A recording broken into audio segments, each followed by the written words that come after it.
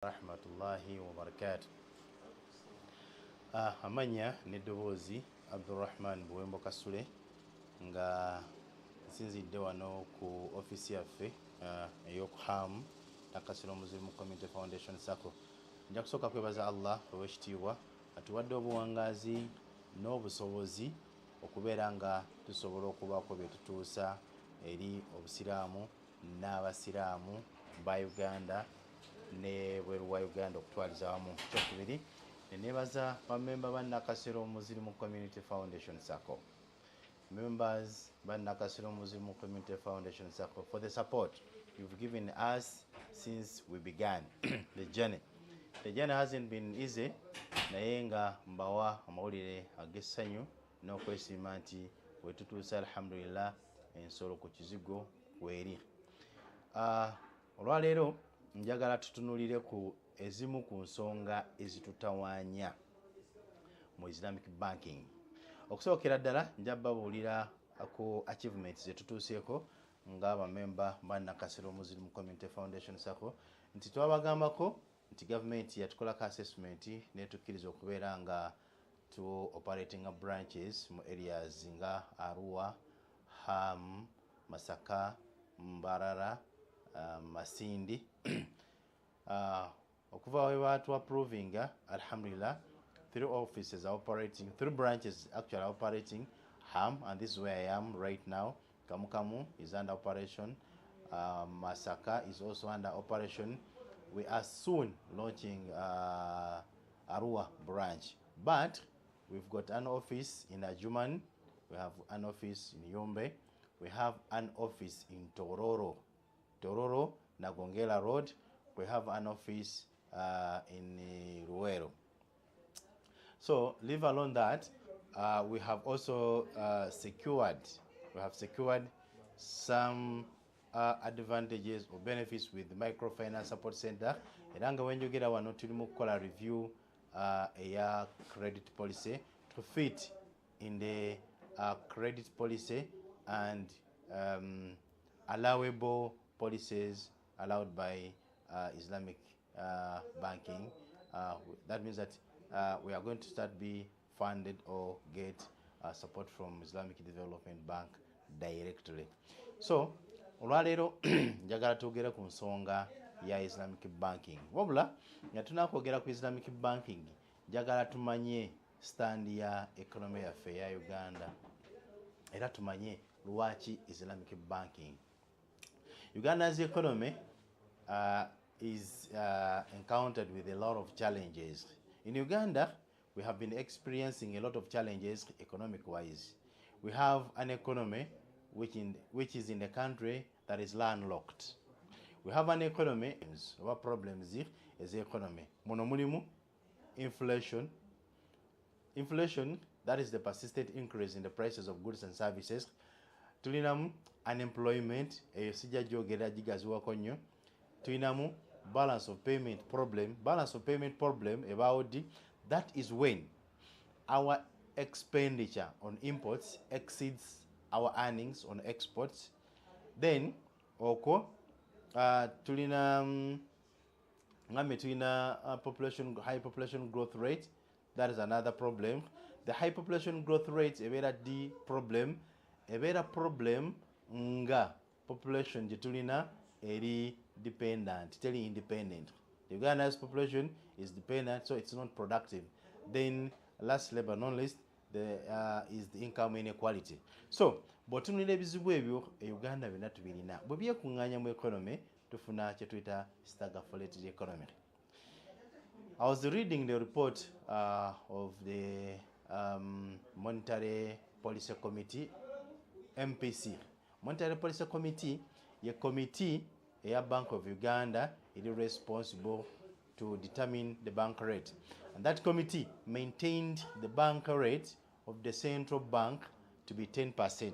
Bank rate, your rate at which the central bank lends money or borrows money to the commercial banks.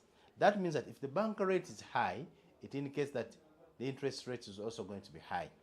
So when the interest rate is high, we have the importers we have the people, the producers, those who add value on resources.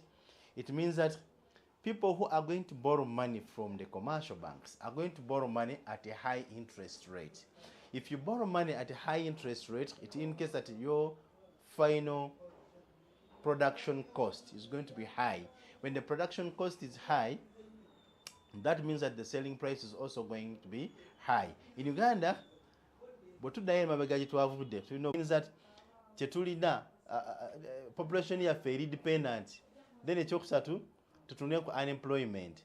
Kati bw'otunula ebintu bino ebisatu ebina n'obigatta wamu, the unemployment, if there's no employment in the country, kitegeeza nti the household income is very low. Household income bw'ebeera low, kitegeeza the disposable income of a household is also low or limited. Kino kiba kitegeeza ki nti the people who are going to demand what you have produced and what you have imported tebaliiwo. Kati ebintu byonna by'oba oguze n'obireeta mu ggwanga, ogenda bituusa mu ggwanga nga biri ku miwendo nga gya waggulu. Ekyo kimu, ekyo tukirina Uganda. Ekyokubiri, emisolo mingi. Lwaki? Nti Uganda Revenue Authority erina target government gye yagiteekako okulaba nga erina okujjuza omusolo ogwo gusobole okubeera nga gusupporting eggwanga. Tuli wamu. Kitegeeza ki nti since there is a target, senga entrepreneur yenna alemererwa n'ava mu production n'ava mu industry, kiba kitegeeza ki nti omusolo URA gwebadde ejja ku Hussein ne Joseph wa pulling out egenda gukwate gwa portioning ku ba entrepreneurs abasigadde mu production. Ekiba kitulaga ki nti the high taxes ezitugibwako zireetebwa kubanga nti abantu abayingira mu bizinesi tebalwa mu bizinesi. Ekyo ekirala. Ekyokusatu nti bw'otunuulira inflation yaffe, tulina inflation za mirundi esatu. Tulina kye tuyita imported inflation, demand pull inflation. Kati mu Uganda tulina inflation za mirundi ebiri. There is demand pull inflation because of rigidity in production. 2, tulina imported inflation. Imported inflation, your inflation gye tuimportinze evudde ebweru nejjira ku bintu bye tuimportinga. Kati bw'otunuulira ebintu ebyo byonna n'obigatta mu economy yaffe ye Uganda, the interest rate is high. Tegera bulungi. 1, there is unemployment. 2, the production cost is high. Tegeza bintu tuproducingira ku beeyi ya waggulu era tubitundira ku beeyi ya waggulu. And lastly, ne tulaba standards of living. The high cost of standards of living is reflecting a GDP per capita gye tulina mu Uganda. Kitegeeza ki nti however much URA needs a target of taxes, that revenue tax that is supposed to collect from entrepreneurs and Ugandans, tusobola giweza. Lwaki? Because those who start businesses do not celebrate the first birthday in their businesses. What does it call for?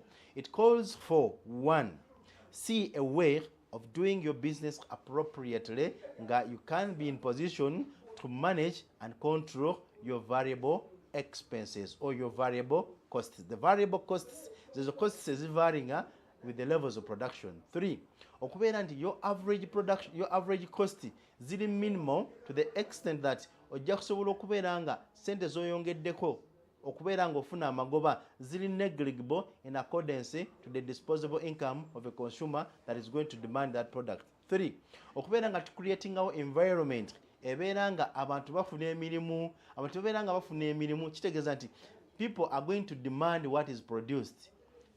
4, ebintu mirimu eginaabeerawo, kitegeeza nti these industries eziproducing ne ba importers abaleeta ebintu bagenda kubeera nga balina bye babiguza. Ekyokubiri nti abalabira mu business bajja kuba bangi, so the tax burden will be spread all over.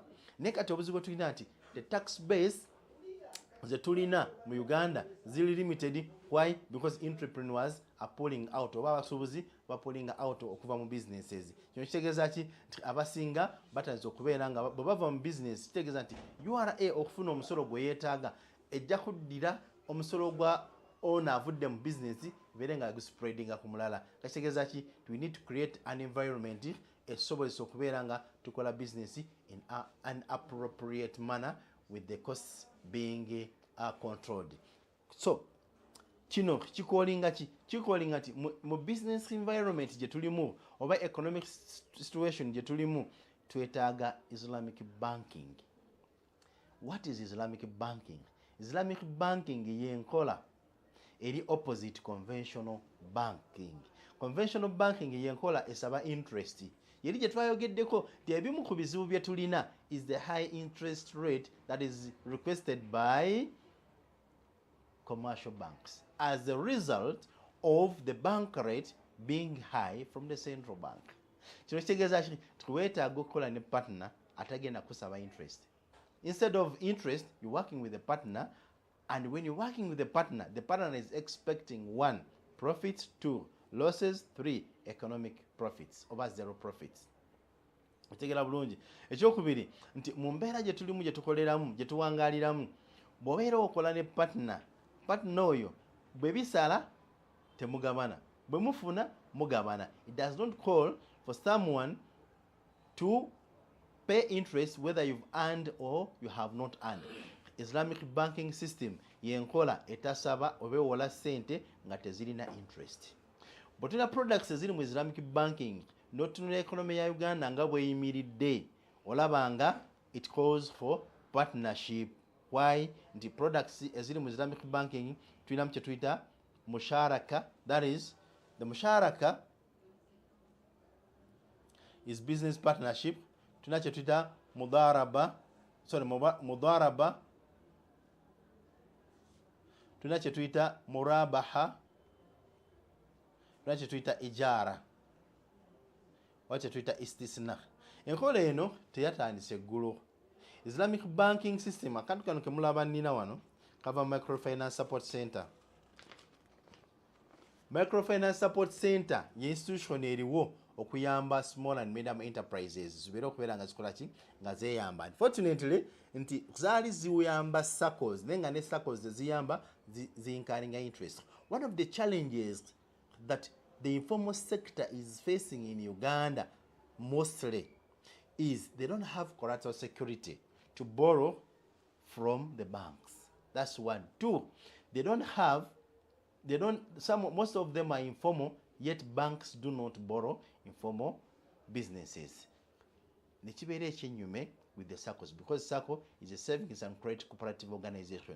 It belongs to members, meaning that once you become a member, okubeera nga ali registered era obeera entitled okubeera nga you benefiting.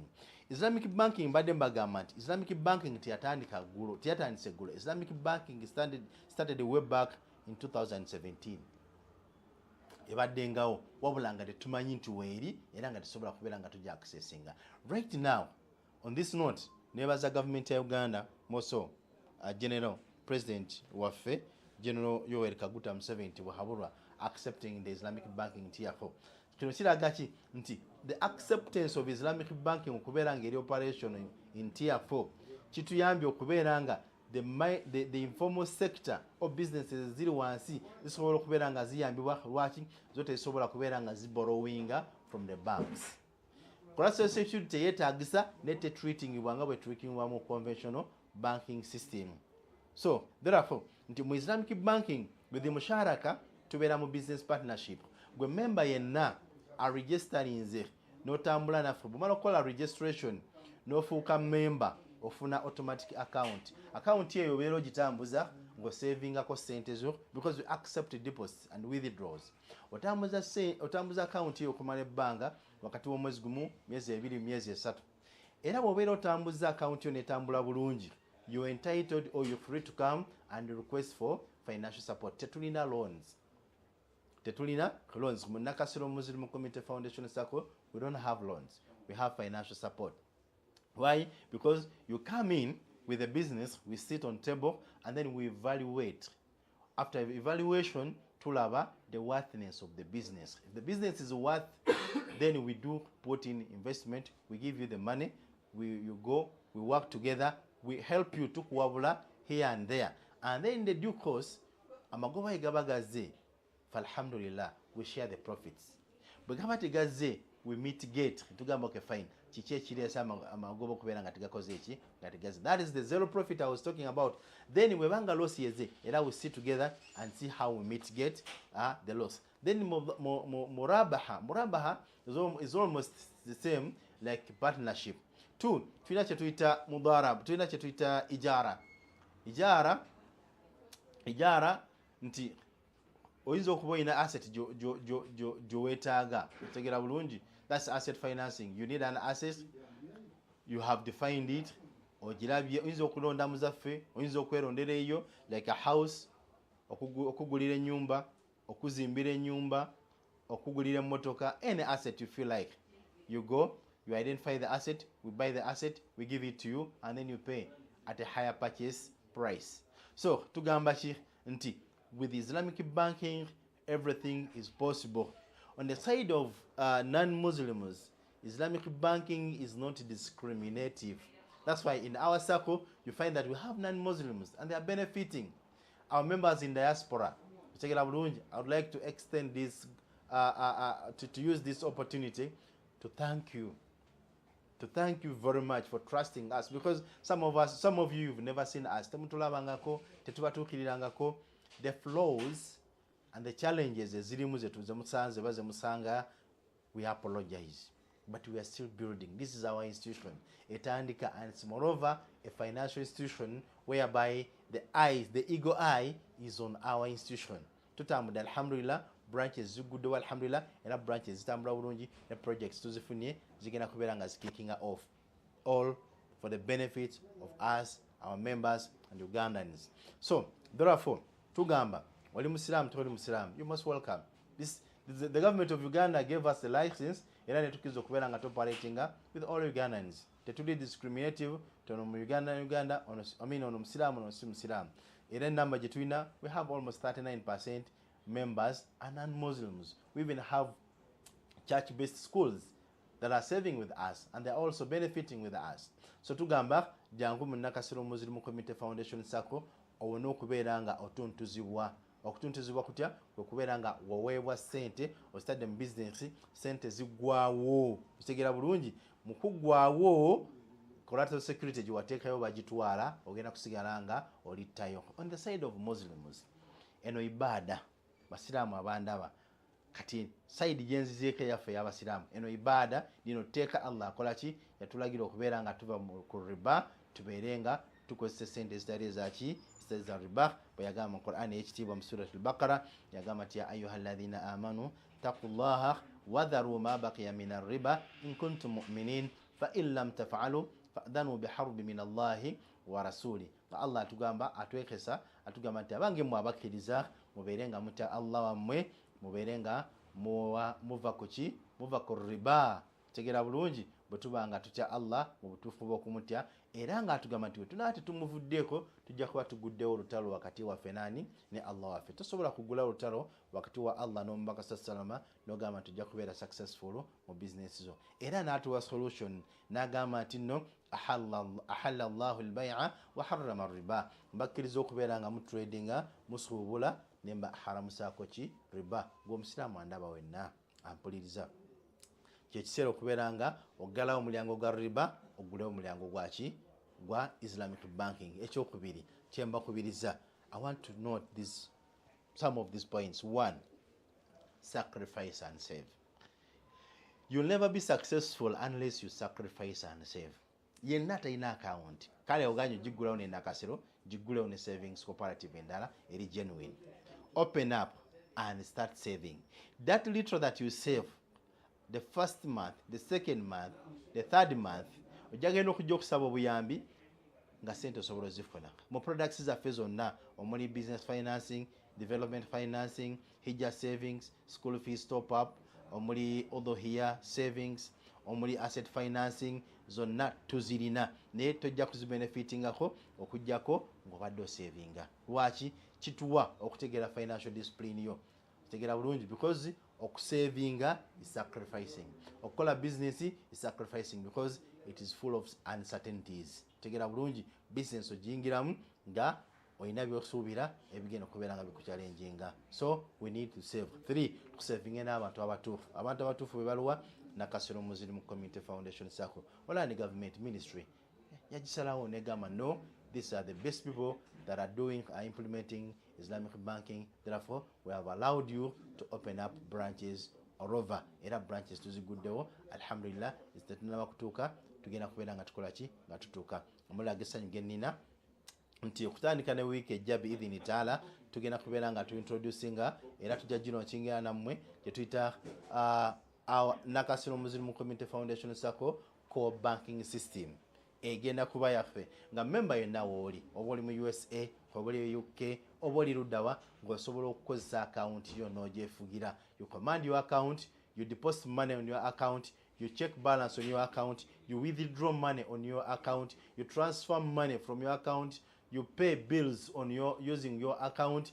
Nga tugenda kubeera nga tugilaunching. We are pre-testing it this week and we are pretty sure that within Itala we are going to be using it. So tuba congratulating anafe tu congratulating nti je tuvudde alhamdulillah niwo we tutusa alhamdulillah at least tulaba je tukola ki je tulaga. So core banking system egenda kubeera nga implementing ba nenga ya Nakasero Muslim Community Foundation Sacco. Segera bulungi ba member abaffe tulina mbakubiriza muleke okubeera nga mukuma accounts zammwe nga ziri dormant. Abamu bujja ngomaze emyezi 6 omaze emyezi 7 umutufu nga you qualify to be helped either credit extension okuwala sente ogenda mali ekizibu oba school fees support oba business support ninga account eri dormant wajiteekako emitwalo 5 ne gamalako ennaku weeks